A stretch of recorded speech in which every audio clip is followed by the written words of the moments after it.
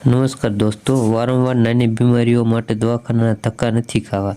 તો આજે હું તમને જણાવીશ 4 એવા રામબાણ ઘરગથ્થુ ઉપચાર જે તમને ઇમરજન્સીમાં ફટાફટ રાહત આપશે અને હોસ્પિટલનો ખર્ચ બચાવશે. પહેલા નંબરની વાત કરીએ તો ઉલટી. જો ઉબકા આવે અને ઉલટી થતી હોય તો પાણીનું થોડું મીઠું નાખીને બરાબર ઉકાળી લો.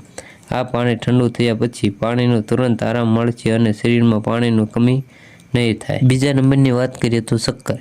ક્યારેક શરીરમાં નબળા કે લોહીની ઉણપના કારણે ચક્કર આવતા હોય છે. આના માટે વરિયાળી અને ખાંડને સરખા ભાગે ભેળવીને નિયમિત ખાઓ. આ મિશ્રણ ઉર્જા આપે છે અને ચક્કર આવવાની સમસ્યાને દૂર કરે છે. ત્રીજા નંબરની વાત કરીએ તો શરદી અને કફ. જો છાતીમાં કફ જામી ગયો હોય કે શરદી હોય તો ગરમ પાણીમાં ચપટી હિંગ નાખીને પીવો. હિંગની તાસીર ગરમ હોવાથી તે જામી ગયેલા કફને છૂટો કરવામાં અને શ્વાસ લેવામાં મદદ કરે છે. ચોથા નંબરની વાત કરીએ તો દાંતનો દુખાવો. દાંતના દુખાવામાં આદુનો રસ કાઢીને થોડોક ગરમ કરો. રૂના પૂમડા વડે તેને દુખાવાવાળી જગ્યા પર લગાવો. આદુમાં રહેલા ગુણ તરત જ દુખાવાને શાંત કરી દેશે.